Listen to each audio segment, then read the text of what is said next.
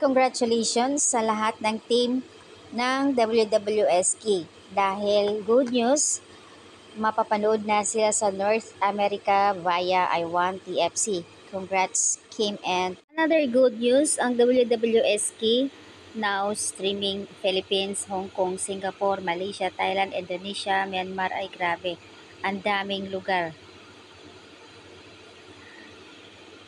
Samantala, number 1 most watched series on Vayu apps, number 1 pa rin ang WWSK, still number 1. Grabe. And less than 24 hours, this is the validation of what I've always believed and what we are building together with the ABS-CBN, Glemsky PH, that Filipino content truly a world class, and if you do it right, global audience will watch and appreciate our work. Congratulations sa lahat ng team ng WWSK.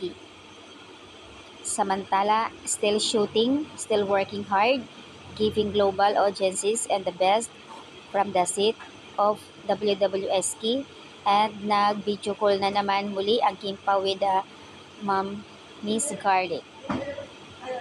Nagpasalamat naman si Miss Garlic sa lahat ng mga cast ng WWSK, especially sa Kim Pao.